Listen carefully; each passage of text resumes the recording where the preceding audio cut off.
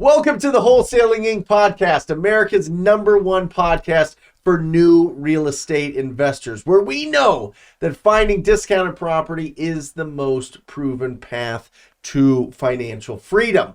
I am your host, Brent Daniels, Mr. TTP, Mr. Talk to People, and I am telling you this: if I can do it, so can you. So let's get started. Let's talk about origin stories. Let's talk about how we found real estate investing, how we found wholesaling real estate as the fundamental, the beginning, the building block, the foundation of being a real estate entrepreneur starts with finding discounted properties. And that's basically what wholesaling is.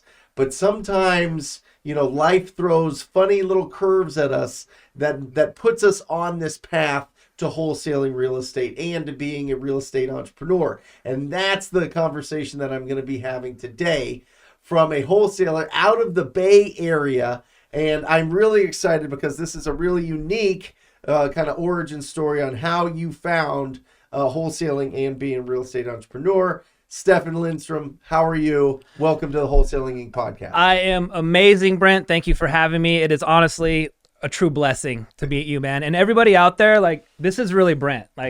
When I first met him, I was kind of a little nervous, but I met his family. I met the office, and you're honestly an awesome guy, Brent. Thank you. I appreciate it. I feel blessed. What you see is what you get. Yeah, absolutely, sure. Man. And it's really an honor to meet you, man. That's good. Really well, listen. So a couple years ago, you were not in real estate. No. A couple years ago, you were on a totally different path. Why don't you talk about what you were doing 2 years ago? Yes. So I was a lineman. I was doing line work, climbing poles, utility towers, all that stuff. And then I had a career-ending injury, and that was pretty much it. I did work for them for a little bit longer, but it was just I didn't quite feel like I had the same respect doing all the stuff on the ground when my buddies are up in the air. And when I was injured, I kind of fell down that YouTube rabbit hole. Sure. So wait, just to make this clear, alignment, you're going up these poles, like electrical poles? Yes, sir. And you're fixing them, you're installing them, you're doing all this work. I mean, this is hard work. This is very experienced work. You go to school for this. This is not just something that you fell into. This was something that you had planned. That's funny you say fell into, because I always joke that I fell into real estate. Right. I literally did. Right.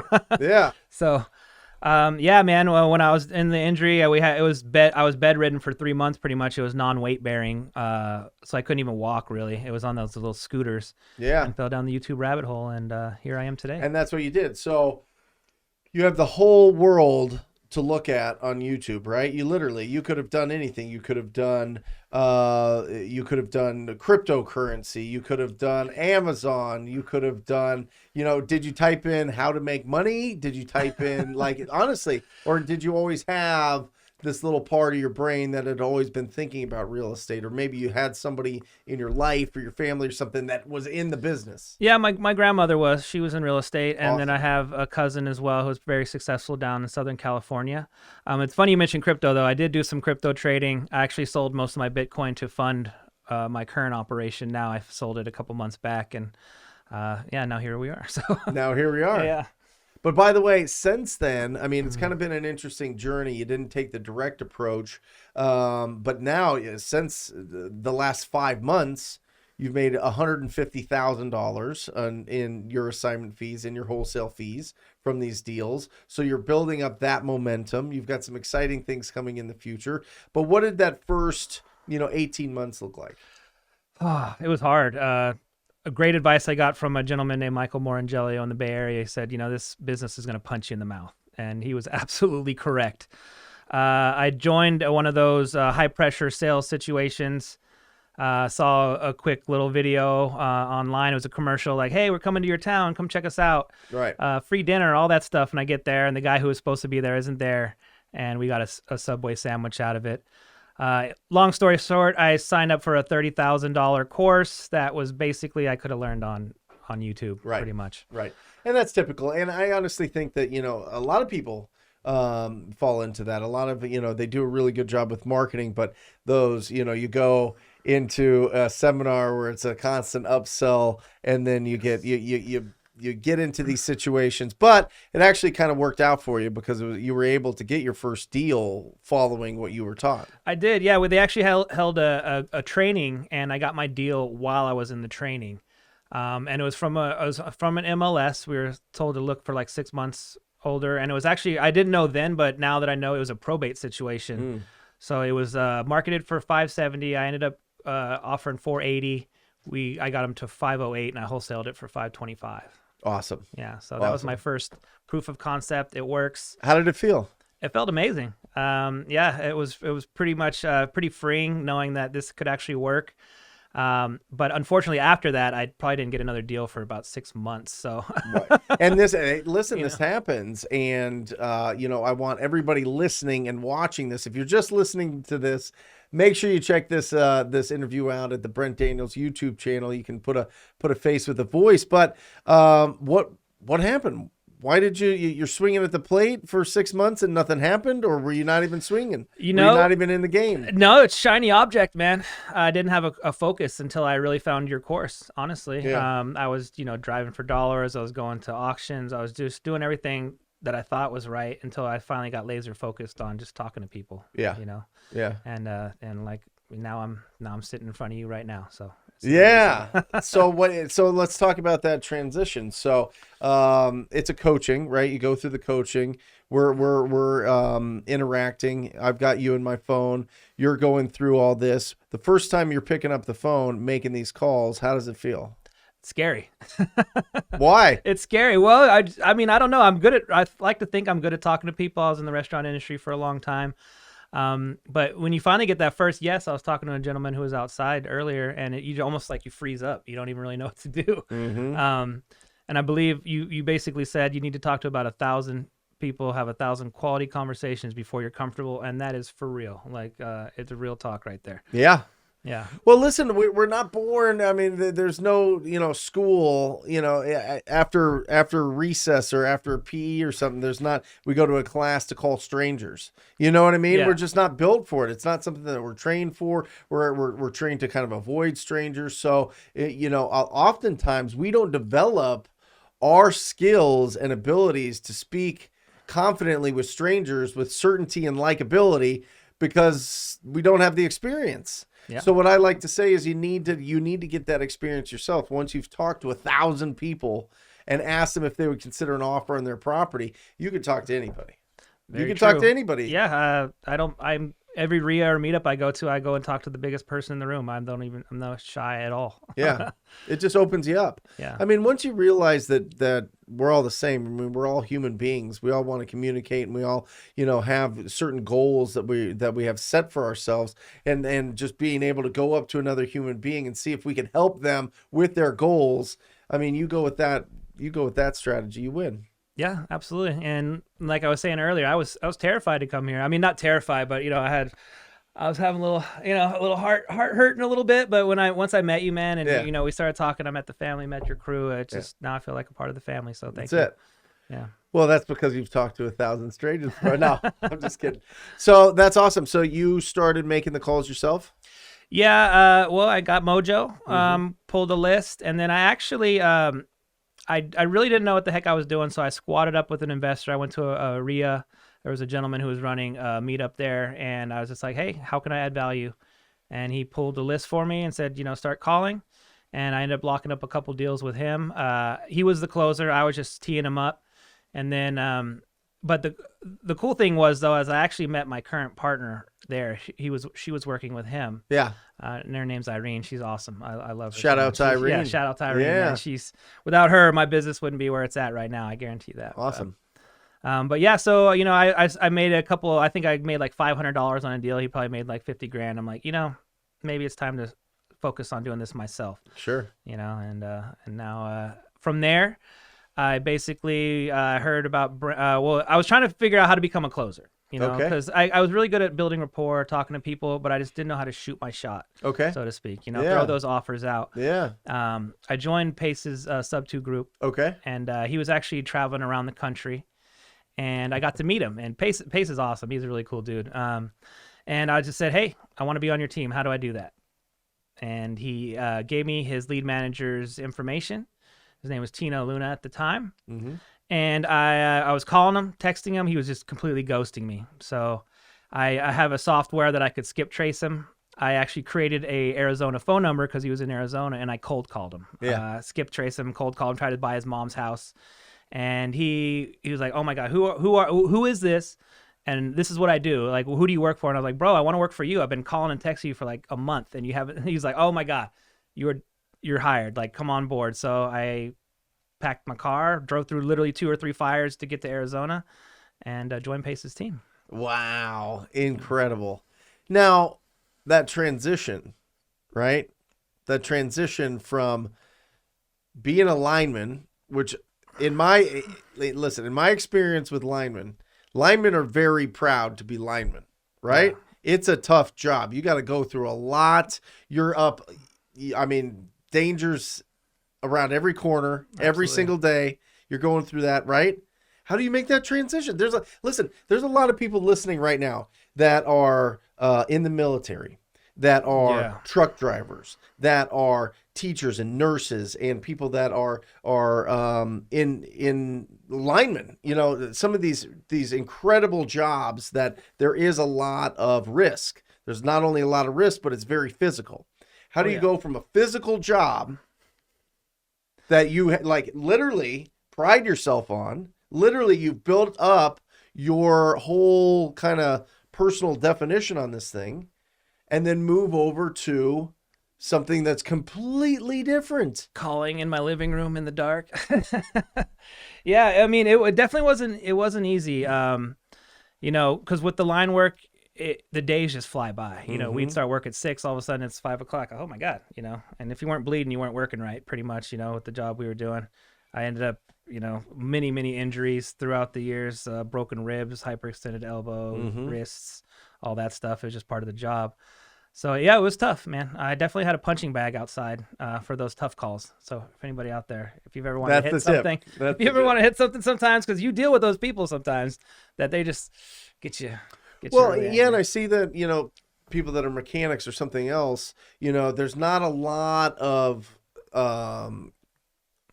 communication. There's not a lot of talking to new people. There's not a lot of sales involved. That's probably why you wanted to learn how to be a better closer, right? There's a lot of that. And what I'll say to everybody is this. I want to encourage everybody, because take Stefan's example here. If you talk to enough people and really care about seeing what is going on, seeing what their problem is, seeing what their motivation, why are they in a stressful situation with their real estate, with their property, and you really just do that over and over and over and over, it is a muscle. It is something that you build, right? Yeah, absolutely. I mean, would you agree with that? I do, absolutely. And you also have to care too. A lot of these people 100%. are in tough situations, and you have to care enough to be able to, hey, like we can help you solve these problems. And the bigger the problem, sometimes the bigger the payday. Yep. I just feel like there's a lot of people get blocked. A lot of people stop going after their goal of being a real estate entrepreneur because they feel like they don't know the right words to say. They don't want to look stupid. They don't want to be rejected too much. Yeah. And I am encouraging you, and I'm sure you will, the whole audience here as well, in saying that, listen, if you just try it out, if you go and do it over and over and over and over again, you're going to get better. You're going to get more comfortable, and you're going to you're going to have dramatic results. 150,000 in the last 5 months. Yeah, and we're just. How much would it take you to make 150,000 as a lineman? Pretty much a year. Right. And right now I had a contract signed while we were doing your meeting today. I know. We got 5 other under contract right now, so this could be an easily $150,000 a month. We just started gaining that momentum. And Brent and we're also talking about the business side of just, his business is very streamlined, very minimal, but just makes maximum profit. Yep. And working with Pace, I was just like, I'm going to hire 10 VAs. I want X amount of deals a month, blah, blah, blah. We just ended up firing everybody. Not everybody. We kept the good ones, of course, assistants. But now we're focusing pretty much what you were just saying. We're just going to streamline it. I'm going to kind of step back as the head of acquisitions a little bit and more focus on training and just building a solid team. Love That's it. my goal. Yeah. That's it. Hey, listen, I mean, one of the biggest costs that you have as you start scaling, first we start and we just want to do a deal. Okay, proof of concept, fantastic. And then you want to repeat it and repeat it and repeat it. And then you want to start growing this thing, right? The whole working in the business and on the business. Well, listen, let me tell you, everybody out there, let's not have a fantasy here. You've got to work in the business for a long time. You got to earn the right to work on the business, okay? And that's truly what it is. And that's probably what you felt there was you were working in it, but you were hiring a lot of people so that you could work on it, and it wasn't the right time, so you had to clean the slate, start it all over. Listen, put in the work, right? Just put in that grind for that time, that period, whether it be, the first year or 3 years or whatever it is, so that you keep that money, right? Oh yeah. You keep the profits and you can invest it into something that's your money is going to now start working for you, right? Start making you that money. That's it. I am telling you, stay lean, don't grow too fast, and squeeze out as much as you can out of everybody. And with the people that you hire, pay them incredibly well, because the number one big expense in this business, in our business, is turnover.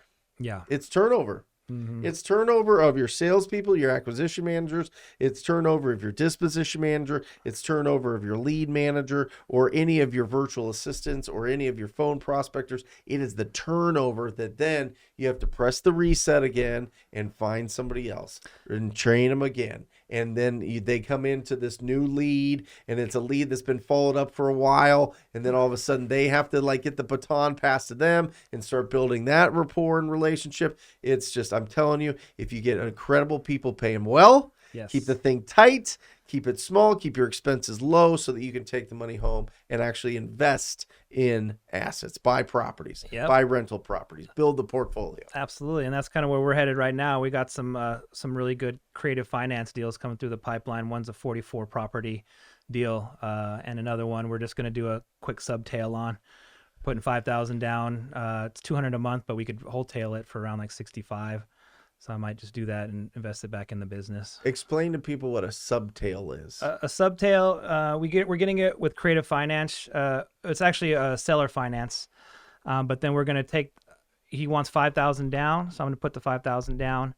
It's worth right now, as is condition, right around $65,000. So I'm going to sell it for that $65,000. Get my $5,000 back and just pay him $200 for 30 years. So I'm just pretty much going to reinvest the money back into the company. Awesome. Or buy a couple properties. Sure. So awesome. Yeah. Well, this is the time of the show where we break down a deal. Yeah. So this is where I'm going to put you on the hot seat. All right. We're going to talk about a deal. We're going to break it down, how you found it, what was the process, what was the distress, what did you get it for, what did you sell it for. We're going to celebrate and ring that bell. So I'm waiting for that. Let's go. So let's break lie. down a deal. Yes, we found a deal, cold calling, of course, with one of my VAs. The process was we pulled a 65 and older absentee owner list. Okay. Actually, she did live in the property though, which is interesting. But we were talking with her, and her stress was she was just too old to take care of the property. I think it was 2 acres, and out of state you get a lot of property. Not so much in the Bay Area. You don't get a lot of the land out there, but. So she was having real trouble, trouble with the land, and we helped her through the whole process. Okay, so you called, so when you say 65 plus, so you pulled an age range. Where did you pull this list from? Batch leads. Batch leads. Fantastic. Yeah. Batch leads. So you've got batch leads. You're able to pull the age. You get the absentee owners. Did you put in anything for how long they've owned it for? Yeah, we usually 10 years or older. 10 years or older. Yeah, 10 years or older. And then are you looking for properties that are older properties or any age? Built before 2000. Built before 2000. Yeah. Fantastic.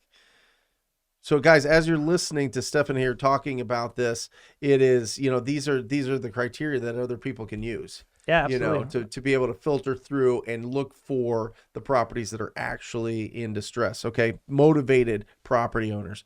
So 65 plus absentee owners. But you called and she had a different piece of land? in a I think different she area? might have yeah, actually that's where she ended up moving, which was her other land. So we called on her house though that she was currently in. You did, okay. And that's why I'm really proud of this one, because we really helped her get to where she wanted to be and wanted to end up for the rest of her life, Yeah. So it was really cool. It was really satisfying to like be there for her, to guide her through the whole process. And we made some money, of course, on the end. But that's awesome. How was the condition of this property? it was great. I mean, condition was really good. She kept it clean. It was just dated, older. Dated. We put in we actually ended up wholesaling it to our realtor. He was a buddy of ours. He does a lot of our he goes and takes pictures, and if we're not going to close on it ourselves, we'll refer him and get a fee from him. So guys, even if you guys have properties that are retail, if you guys know agents, you can still get a fee from it. Like, try to make money any way you can. But we wholesale it to him. He put it like 10 or 15 grand in it, and he crushed it too. He was listed it for 125. It sold for 150. So everybody made money. Everybody was happy. And it was one of the better deals we've done so far. So what did the seller want? Do you remember what they originally wanted for it? What did you give her what she wanted? Dude, when you were negotiating the price, and this is, listen, anytime you're negotiating real estate, it comes down to three things, okay?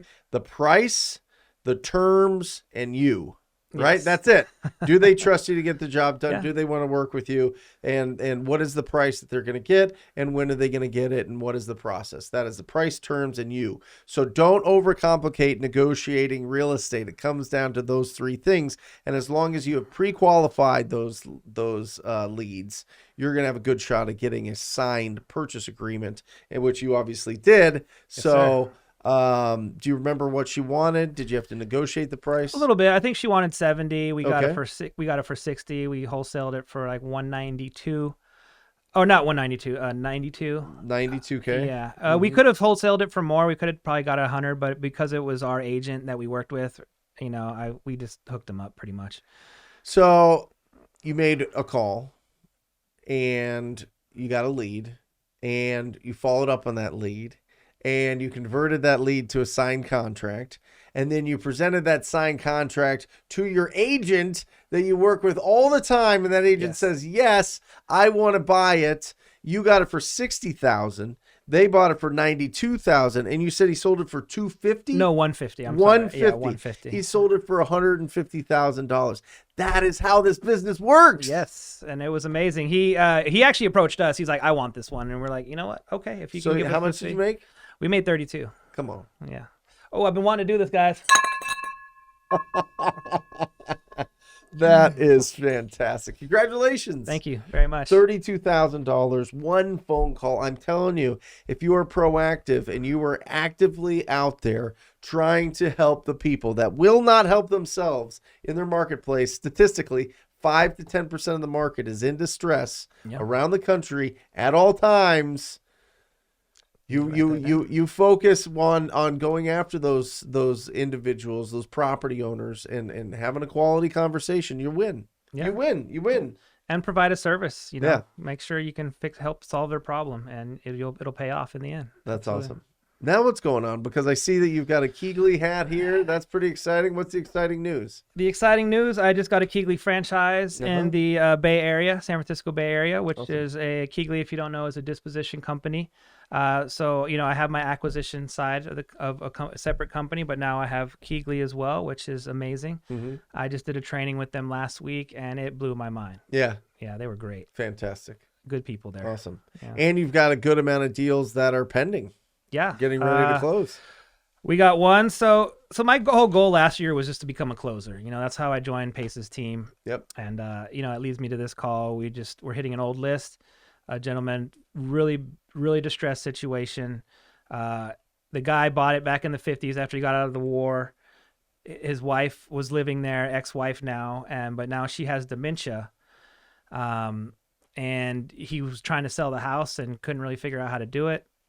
We got it under contract for $160, but we're solving all the problems. We're dealing with the lawyers. There's really some family there that's having some issues. We'll say they burned a car up in the front lawn. Right. Roof caving in. Well, the property's occupied by the kids, right? Yeah, that aren't paying, and the property's just going down, and he's trying to liquidate that to cover some of these costs. And I assume she's getting some of those costs for her dementia. Yeah. And so yeah, we got it under contract, and we're supposed to get the tenants out or the family out by the end of this month, and that should be a pretty juicy deal. Awesome. Yeah. Awesome. I hate to say, I almost don't want to say what we got under contract for, but we got it for 160. Its ARV is about 475. Right. So there's a spread in there. Awesome. Yeah. Yep. There's a good spread in there. Yeah. I mean, that's a massive deal. That is Yeah. a massive deal. That is incredible. So, how do people get a hold of you? How do people reach out to you? They want to say congratulations. They want to squat up with you. They want to work with you in the Bay Area. How do people get a hold of you? Yes, it would be on Instagram. It's slindstrom80 at slindstrom80, and then I don't know if I should give out my phone number on here. It could be blown up. It is up to you. Yeah, maybe we'll circle back on that one. Okay. Also, my email right now with Keegley is stefan@keegleyvincent.com right now. KeegleyVincent.com. Yes. Awesome. At Keegley Vincent. Yeah. Awesome. Well, listen, it's crazy the difference 2 years makes, right? Yeah. It's crazy the journey that you've been on over the last 24 months, starting with no real estate experience, going down the rabbit hole, doing some crypto, doing some real estate, getting focused, getting unfocused, coming back focused again. Yeah. And now, you've been, the moral of this conversation that I really see is you don't have to have a background in sales. You don't have to have a background in real estate to be able to be successful in this business if you work. This business will work if you do. Absolutely. Right? That was the thing with being a lineman is we were hustling. We worked 6 days a week, 12-hour days plus. Right. So if you can, even work half of that doing this, you're going to be successful. Just be consistent. Awesome. Yeah. Thank you for being on here. Thank you. Something that Stefan mentioned here, Batch Leads, that's batchleads.io. Definitely check that out. It is an unbelievable platform for pulling lists and for texting out and for stacking those lists. So what happens is if you pull a list that's the tax defaults and the pre-foreclosures and code violations, whatever else, you put them in there, it stacks it. It shows you how many times a property is on the distress list. So multiple signs of distress means the most motivated sellers in your market. It is a huge advantage for real estate investors around the country. Make sure you use the coupon code TTP when you're checking out at batchleads.io. And if you are interested in joining the most proactive group in real estate investing, it is the TTP program. It is the TTP coaching. Go to wholesalinginc.com/TTP. That's wholesalinginc.com/TTP. Check it out. Check out all the reviews. Check out all the testimonials. Check out what the program is about. If it feels good in your gut, sign up for a call, and I look forward to working with you personally. And that's it. That's it. You mind if I go a quick little shout out? Please. So another thing we also did was we squatted up as students. Yep. So I started off with me and one other gentleman were splitting a dialer and splitting a VA. She was working with me Monday, Wednesday, Friday, with him Tuesday, Thursday, Saturday. So even if money's tight, squat up with somebody. I love it. And role play is really huge for when you're getting on the phones. I joined a group that pretty much helped save my life, pretty much too. It was back then it was called the Squat Up. Now it's called Foundation Builders. And Monday, Wednesday we do role play. Awesome. Tuesday, Thursday, Friday we just do accountability, affirmations. How do people find it? It's foundationbuilders.com. Yep.